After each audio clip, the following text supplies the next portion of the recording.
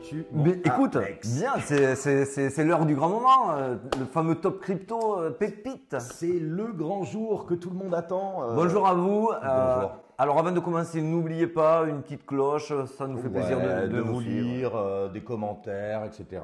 On est toujours ravis. Alors sur ce top crypto, on va s'intéresser à des market cap, des cryptos un petit peu plus Tout à fait. petites, d'où le mot pépite. Vous devez peut-être les connaître pour certaines ou pas. Voilà, contrairement à celle qu'on avait fait il y a 2 mois de cela où c'était des large cap parce qu'on voulait pas vous exposer tant qu'on n'était pas sûr du bottom. Tout à fait. Là maintenant, c'est l'heure de s'exposer un petit peu plus. Exactement. Allez. Bon alors, on va d'abord vous présenter la courbe de Gartner qui est la base de notre réflexion. Voilà, c'est une histoire de cycle. Alors pourquoi on a choisi, par exemple, plutôt un secteur qu'un autre, Exactement. etc. en fonction des. Voilà, alors ce document-là, certains l'ont déjà vu, pour d'autres c'est tout nouveau, mais pour nous c'est une base de réflexion assez importante. Et c'est pour ça aussi qu'on voit que le métaverse, pour l'instant, c'est sur du 10 ans. Vous voyez, c'est le petit triangle jaune ici. Supérieur à 10 ans. Donc, bon, voilà. nous, c'est ce qu'on vous dit par rapport au métaverse. À trader, c'est bien. À OD, c'est plus compliqué. C'est pas encore complètement mature pour nous. Donc, nous, on a mis ça de côté aujourd'hui pour le top crypto. Pas de métaverse ou indirectement. Par contre, vous le verrez, on vous laissera l'analyser plus en détail. On a fait la part belle, bien sûr, blockchain à interopérabilité, DeFi et décentralisation au maximum. Alors, comment on a fait? Alors déjà, chacun on a fait un top et qu'après on a mixé justement ensemble afin de et de définir ce fameux top 5. Parmi la liste qu'il a proposée et parmi la liste que j'ai proposée, on s'est attaché comme d'habitude à l'analyse fondamentale avec la qualité du projet, white paper, suivi social, l'analyse technique, les market cap, les cycles, le supply et l'approche complètement technique. Ça, vous êtes habitués si vous nous suivez. Ça nous a amené… Il y en a une trentaine, 35. 35 cryptos, exactement. Certaines, je crois qu'il y en a 3 ou 4 qui ne sont 35, pas encore lancées. 32. 32, pardon. 32, ouais. Donc là, on vous a fait un résumé de la méthodologie qu'on vous a exposée juste avant. Donc c'est pour ça que là, vous allez retrouver l'offre en circulation, le market cap, les investisseurs, comment ils sont notés. Tout ça, c'était son travail côté fondamental. Et côté technique, ça c'était mon travail. On vous a fait le même travail avec… Est-ce qu'on était en zone de rechargement? Donc c'est marqué ici en RLZ, la première colonne. Tout à fait. La volatilité et les volumes qui sont pour un investissement des indicateurs puissants et très importants. Donc on vous les a classés par ordre alphabétique. Donc je vous le fais dérouler s'il y a des screenshots parce que je sens qu'il y aura du screenshot. Voilà, donc là vous les avez tous pour le côté technique. Ouais, on voit qu'il y a du ZK Rollup, du DUS, du Mina. Et là vous avez bref, le côté fondamental. Alors vous verrez qu'il y a des lignes blanches au milieu. C'est parce que pour l'instant ils ne sont encore sortis. Le jeton n'est encore pas sorti. Mais par exemple, donc là en l'occurrence on parlait de ZK5 qui est vraiment dans les petits papiers. On parle aussi de SUI. Tout à fait. Et normalement le Les troisième Arbitrum. Celui-là, vous devez le connaître, hein, on en parle. Tout le monde y est dessus en ce moment, beaucoup de volume sur Arbitrum. Pourquoi? Parce qu'ils se disent, et à juste titre, que le airdrop sera dirigé vers les gens qui seront sur la blockchain, sur la plateforme.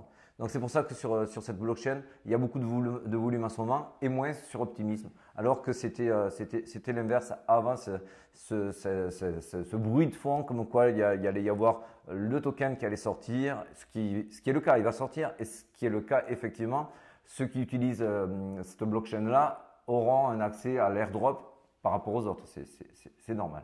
Donc voilà, c'est pour ça que celles-ci on vous les a marquées.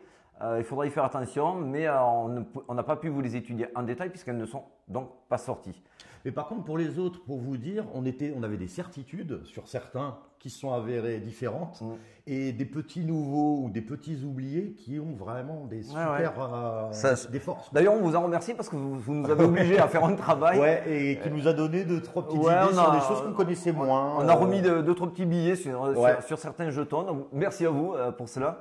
Mais à l'inverse aussi, on s'est rendu compte que des petits chouchous, moi j'avais des chouchous comme DYDX, Inge, bien sûr. Ce sont des petits chouchous qui, bon, pour l'instant, à l'heure actuelle, moi j'y suis dedans, mais ils ne ressortent pas dans le top 5. Désolé, pour le teasing, j'ai spoilé le top 5, eux ils n'y sont pas, mais ça reste des très bons jetons. Donc on vous le dit, ceux qui ne sont pas dans le top 5, c'est pas grave, c'est juste, il fallait en sortir 5 parmi cette liste-là, et même hors de cette liste-là, il y en a d'autres très bons. Bien sûr. On a essayé de regarder un petit peu. Et on a voulu aussi faire quelque chose d'original, mais de convaincant également.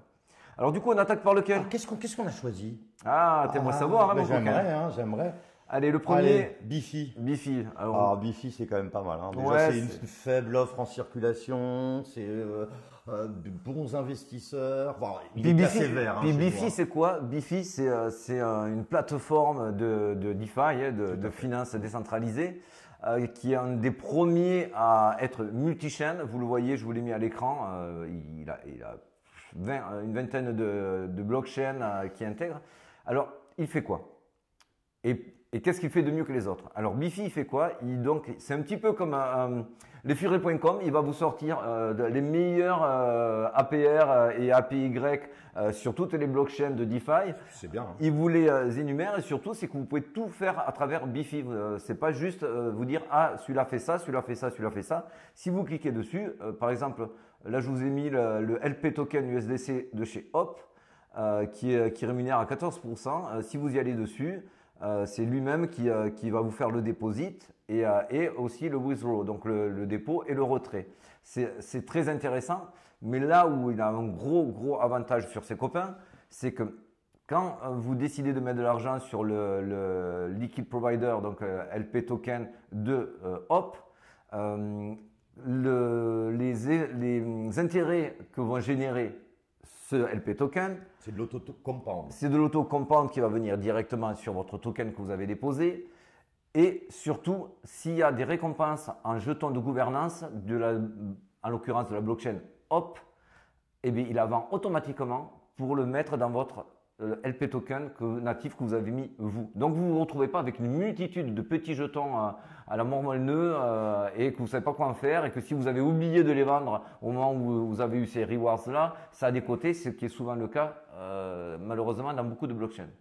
Alors techniquement, il est très bien, hein, on voit qu'il est dans sa zone de rechargement, volatilité très basse et les volumes, vous le voyez ici, la courbe rouge qui remonte en flèche, c'est exactement ce qu'on veut voir. Ouais. Exactement. Alors, une très faible offre en circulation. De toute façon, là, tous ceux qu'on a choisis, c'est vraiment de la pépite, c'est de la rareté. Hein. Exactement. Là, on aura un premier objectif à 600 pour Bifi.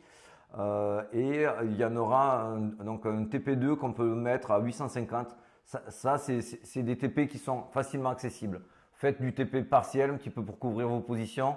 Mais là, comme on sort d'un bottom, soyez gourmands, même si ce n'est pas un conseil d'investissement. Nous, on vous partage un petit peu comment nous on fonctionne. Après, chacun fait ce qu'il veut. Exactement. Et là, on parle de qui? Alors, de notre ami Compound, un de tes chouchous à toi. Ouais, voilà. En grosso modo, vous les prêtez, vous voulez emprunter, etc. Vous avez des tokens. Bienvenue chez nos amis danois. C'est carré, c'est propre. C'est carré, offre faible circulation. On n'en a jamais trop entendu parler. Non. Ils sont dans l'ombre. C'est très décentralisé. C'est ce qui nous a plu aussi. Voilà, c'est très.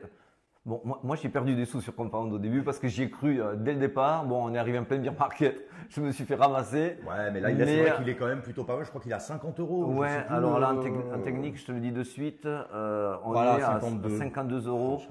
Bon, si ça dévisse un petit peu côté BTC, vous pouvez mettre un ordre entre 45 et 50. Mais après, les objectifs à atteindre, c'est très simple. Si on casse les 65, c'est direct 150. Il y a quasiment pas de résistance au-dessus. Donc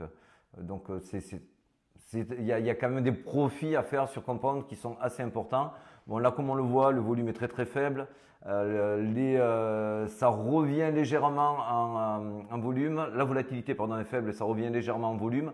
On aimerait voir des volumes revenir encore un petit peu. Donc, ça reste techniquement achetable maintenant. On voit que c'est très très plat. C'est ce qu'on veut. Hein. Nous, on ne vous le fera jamais acheter quand c'est hypé, que c'est en pleine ascension. Des gros investisseurs, faible market cap, faible circulation de tokens. C'est plutôt pas mal quand même. Hein. Il a un bon dos. On arrive au numéro 3. Le numéro 3, je suis métis. Voilà. Désolé, c'est rien.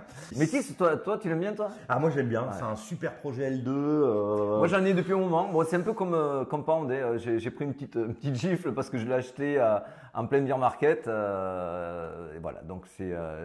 il faut dire aussi quand on fait des petites bêtises, mais c'est pour du holding, donc ça ne m'atteint pas mentalement, ça ne me gêne pas. Pareil sur le côté fondamental, faible circulation, on a des market cap qui sont faibles, bref, on a des investisseurs de renom. Bon, oui, côté technique.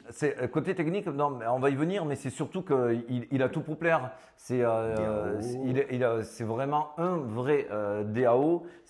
Il est complètement prêt pour le Web 3. C'est une blockchain qui utilise Optimistic Rollup en Layer 2 sur Ethereum. Donc vraiment, moi, je ne veux pas dire que je l'adore, mais je l'aime bien. Ouais. Non, mais c'est vrai que celui-là, bon, vous avez peut-être dû le voir passer sur Twitter, parce qu'il y en a beaucoup qui commencent à en parler, qui en parlaient, mais c'est vrai que ce jeton est une.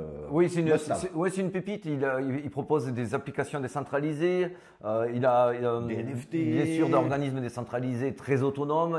Il est vraiment également très décentralisé, très ouvert sur sa communauté. Et il est focus sur ses utilisateurs. Donc moi, ça c'est central sur Métis et c'est central donc sur moi. Métis, je dis oui. Techniquement, on va Alors Métis, on est à 34. Vous allez avoir certainement un premier TP possible à 50. Vous allez avoir une fois que vous cassez les 50, c'est quasiment. Allez, on ne va pas vous faire rêver un to the moon, mais ça reste quand même une très belle marge de progression. Bah oui, parce que n'oubliez jamais, faible circulation, il suffit qu'on allume le feu côté bull run, forcément, il y en a beaucoup qui vont Exactement, regardez la volatilité super faible, les volumes sont en pleine hausse, c'est exactement ce qu'on veut. Ouais, c'est quelque chose. Ouais. Allez, l'avant-dernier. Alors l'avant-dernier, c'est aussi un de mes chouchous, qui est l'oublié Vénus, notre cher Vénus. Ouais. J'ai déjà dû en entendre parler, il a fait couler de l'encre. C'est le petit jeton protégé de notre ami CZ. CZ, exactement. Donc de Binance, donc investisseur super, 30 millions d'offres en circulation, donc quasiment rien. Quasiment tout est en circulation. Enfin, une grosse partie, on va dire. Et Vénus, c'est quoi et Vénus, c'est quand même une plateforme de DeFi gigantesque. Exactement. Et c'est le gros avantage, bien sûr, vous allez trouver du lending, du borrowing, donc du prêt et de l'emprunt pour ceux qui n'ont pas ces termes-là, mais il faut s'y mettre. Hein. Et surtout, c'est qu'ils sont sans intermédiaire. Donc, c'est très intéressant d'avoir ce genre de plateforme qui est sans intermédiaire. Et là où pour moi, il est au-dessus des autres en termes de plateforme DeFi, c'est qu'il y a 0 jetons qui ont été donnés aux fondateurs, ni aux développeurs, ni aux investisseurs early, machin, tout ça. Tout est parti à la communauté, c'est totalement décentralisé. Moi, c'est ce que j'affectionne. Moi, je suis d'accord. Offre max fixe. Enfin, tout est bon sur le papier, on va dire. Après, on ne peut pas savoir ce qui peut se prévaloir de l'avenir, mais en tout cas, il a des très bons atouts, faible market cap, etc. Ce qui fait que s'il explose un tout petit peu, ça peut aller loin. Il a un stablecoin, le VAI, en plus, qui est assez original, qui est pas backé sur du USDT ou autre, puisqu'on voit que quand tu es backé là-dessus, tu dépends aussi du dumping des DPEG de ces derniers. Là, c'est pas le cas. Il est complètement collatéralisé. J'ai failli pas y arriver. Sur les dépôts qui sont faits, donc c'est du 1 pour 1 et c'est intelligent. C'est très intelligent. Ouais, tout à fait. Et voilà, là, je vous ai mis la plateforme, elle est très propre. Alors carré, j'utilise justement la plateforme Vénus avec leur XV Stacking APR, gouvernance, etc. Franchement, c'est vraiment super. Moi, j'aime bien. Techniquement, pour moi, c'est pas loin de l'idéal. C'est-à-dire, on sort de certaines phases de pump and dump. On voit bien sûr, grâce à ces phases de pump and dump, que c'est un jeton qui n'est pas mort. Ce qu'on veut absolument pas voir, c'est quelque chose qui descend et qui se stabilise sur des bottoms proches de zéro. Ce n'est absolument pas le cas. Vous voyez que l'électrocardiogramme n'est pas plat au départ. C'est juste que là, on sort du bear market et qu'il est en train maintenant de se reconsolider pour redémarrer. Exactement. Là, on le voit très bien, la volatilité est vraiment grosse, très faible. Ouais, elle est faible, mais c'est. Et pas grosse. Ouais, non, je veux dire, c'est épais. C'est épais, pardon. et les volumes qui reviennent. Donc pour nous, c'est l'idéal. On a du coup des TP qui peuvent être, je vous les ai marqués, mais je vais les relire. Vous avez un premier TP qui va être aux alentours des 10 et un autre aux alentours des 20. Donc ça va être des valeurs rondes nominales qui seront des take profits possibles. Surtout que 20, on est sur du x4. Moi, quand on sort d'un bottom, je commence à encaisser à partir du x4. Je suis bien d'accord. Quand vous êtes au-dessus du middle range, ne soyez pas trop gourmand. Mais en dessous du middle range, en général, moi, je vise du x4. Voilà, ça c'est mon partage personnel par rapport à ça. Je suis d'accord. Et le dernier? Alors, le dernier. Ça, celui-là, c'est petit chouchou aussi. C'est ton chouchou, enfin, c'est notre chouchou. C'est lui qui m'en parle, et du coup, j'ai mis un billet dessus. Non, mais il est super. Bienvenue chez API. Qu'est-ce que c'est? C'est un projet de cybersécurité qui a noué des partenariats juste gigantesques avec MetaMask. Ils en ont qui arrivent, qui sont un petit peu cachés là, donc on ne peut pas pour le moment divulguer. Ils sont dans une niche, ils sont quasi seuls. C'est costaud. Voilà, c'est costaud. C'est costaud et surtout, donc c'est pas du tout hypé. Très faible, ça c'est ton. Très faible circulation. Grosso modo, très faible market cap. Enfin, il a tout pour plaire lui aussi. Là, dès qu'il y a un petit peu de lumière sur API, c'est fini. C'est fini, non. Non, pas de conseil en investissement, mais c'est vrai que ça peut être joli. Ça peut être joli. Les statistiques font que c'est plutôt. Et là, on voit les volumes. Je vous l'ai mis ici en zoomant. On voit que ça repart à la hausse. La volate est toujours faible. C'est le vert. Donc c'est ce qu'on veut. Là, on est toujours en RLZ, c'est le carré vert que je vous ai mis ici pour que ce soit plus visible. Et on a un premier TP, un take profit à 30 et un autre à 40 ici. Puis après, ça peut aller très très vite parce qu'il y a très peu de résistance au-dessus. Donc, c'était notre dernier petit jeton chouchou. Voilà, c'était notre jeton. Alors, pour revenir un petit peu en compétition, il y avait quand même du lourd. Hein. Il y avait du lourd. Et c'est pas parce qu'on n'a pas mis d'autres jetons qui sont pas bons. Attention. Non, exactement, parce qu'il y avait quand même des Dusk. Il y a eu du Mina quand tu m'en avais proposé. Dusk, c'est notre chouchou. On l'a pas remis, mais parce qu'il commence à être un petit peu épais, sortir un petit peu de la RLZ. Donc on s'est dit, il y a des plus gros potentiels à exprimer aujourd'hui. C'est ce qu'on a voulu vous retranscrire aujourd'hui. Exactement. Donc on espère que ça vous a plu. On va vous en préparer parce qu'en fait on aime bien ça. Ouais. Donc ça reviendra assez régulièrement. Bon, il faut laisser place à de nouveaux projets d'arrivée. Et on vous refera une mise à jour trimestrielle peut-être. Ouais, c'est très bien. C'est super. Eh bien écoutez les amis, dites-nous ce que vous en avez pensé et quel est votre chouchou à vous. Allez, merci pour ça. Au revoir. Allez, ciao.